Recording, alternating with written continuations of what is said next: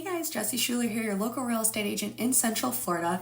And with all of the buzzing going around about the NAR settlement, today I want to talk a little bit, go in depth a little bit with the NAR settlement and just kind of talk about what exactly is going on and what we know so far in terms of the changes that are going to be happening. So I'm not going to go into all of the crazy detail. If you really want to know the real intricate details of what happened, you can Google NAR settlement and it will give you everything. But really what I want to dive into is what changes are going to be implemented coming this July for all real estate agents and basically for real estate going forward. So like I said, it's going to be taking effect sometime in mid-July. As far as I know, there's no exact date that has been set. And also we're all still kind of in this limbo land because yes, we know some of the things that have to happen, but we don't know everything. So I'm just going to quickly go through the things that we know and kind of say what that means for you as a buyer, what that means for you as a seller, that kind of thing. So basically, coming this July, there are going to be some changes. First and foremost, normally in a real estate transaction, the seller pays the listing agent and the buyer's agent commission, right? Both commissions are paid by the seller. Traditionally, that's how it's been done. There have always been ways around that. You could do for sale by owner. There's other things as well. There was no obligation. Well, that is no longer going to be like I said, it was never mandatory, but for the most part, people thought it was mandatory. You are not required as the seller to pay the buyer's agent commission going forward. So you could list your home and only offer your listing agent a commission. That will be an acceptable option for you come this mid-July.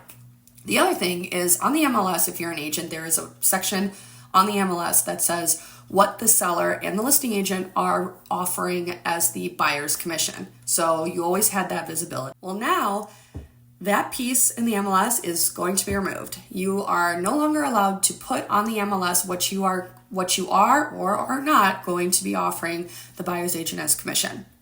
So as a buyer or a buyer's agent, you will now have to contact the listing agent to find out A, are they offering a buyer's agent commission? And two, one, are they offering a buyer's agent commission? And two, what is that commission? So this means a few different things. As a buyer, this changes the game a lot because normally if you list your home as a seller, you have to sign a listing agreement that says you're working with the agent. When you were a buyer, you never had to do that. It is now almost certain it's going to be mandatory. If you work with an agent, they're going to make you sign a buyer's agent agreement, basically saying that you will only work with this agent. That's going to be mandatory. So now the other thing as a buyer is you have to budget in your down payment, closing costs. Like when you're working with your mortgage broker, you have to account for a section to be prepared to pay your agent. Because if the home that you want to buy, that seller is not willing to offer a buyer's agent commission, you bet your bottom dollar that your agent's broker is going to require that you sign that buyer's agreement. And in that buyer's agreement, it's going to say if the seller doesn't pay my agent's commission, you are, and this is the amount. Now, my assumption is every broker is probably going to be a little different, but that's really what it's going to be because there is no broker and no agent in this world that's going to work for free. So that's going to be in that buyer's agreement that you will have to pay that if the seller refuses to. That is huge for buyers because like I said, now you have to factor 2-3% depending on what that amount is to pay your agent. So let's look on the flip side as a seller. What does this mean for you? It means just that. If you don't want to, you do not have to offer a commission to the buyer's agent. I will give you this bit of information though. I feel like good agents are going to encourage their sellers to still offer one because if you don't, you will be eliminating a number of potential buyers, which means you have less people who will be qualified to buy your house or who will want to come and look at your house. Because if they have to pay their buyer's agent, sometimes, probably more often than not, that's going to put them on, your house might not be outside of their budget. So something to seriously keep in mind. You have to think in the end, the best, the bigger picture here, what's going to get your home sold and what's going to get sold for the top dollar. It's not going to be eliminating buyers from the buyer pool. So again, just something to keep in mind. So far, that's pretty much all we know. One, the MLS is no longer going to show the commission that the buyer's agent is getting. And number two, you don't have to pay a buyer's agent commission at all. If you want to only pay your listing agent, you are by all means allowed to do that.